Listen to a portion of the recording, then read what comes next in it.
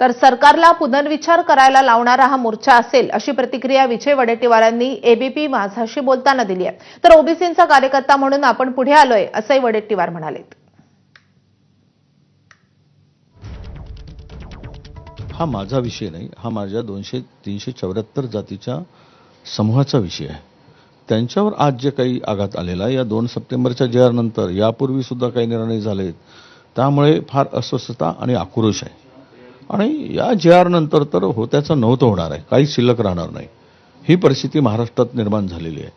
त्यामुळे एक ओबीसीचा कार्यकर्ता म्हणून मी पुढे आलो, पण यात सगळ्यांचं कॉन्ट्रिब्युशन आहे, सगळ्यांनी यामध्ये ताकद लावली, मेहनत केलेली आहे आणि हा मोर्चा एक ऐतिहासिक मोर्चा सरकारला पुनर्विचार करायला लावणारा मोर्चा ठरेल असा मला आत्मविश्वास आहे।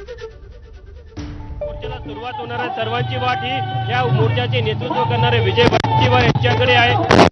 इतरही नेते ओबीसी या मोर्चामध्ये सहभागी होत आहे। त्यामुळे निश्चितच आजच्या या मोर्चामुळे राज्य सरकारवर किती दबाव निर्माण होतो हे बघणं महत्त्वाचं राहणार आहे। कॅमेरामॅन मिथुन आत्मनेसह तुषार कोहोळे, एबीपी माझा, नागपूर।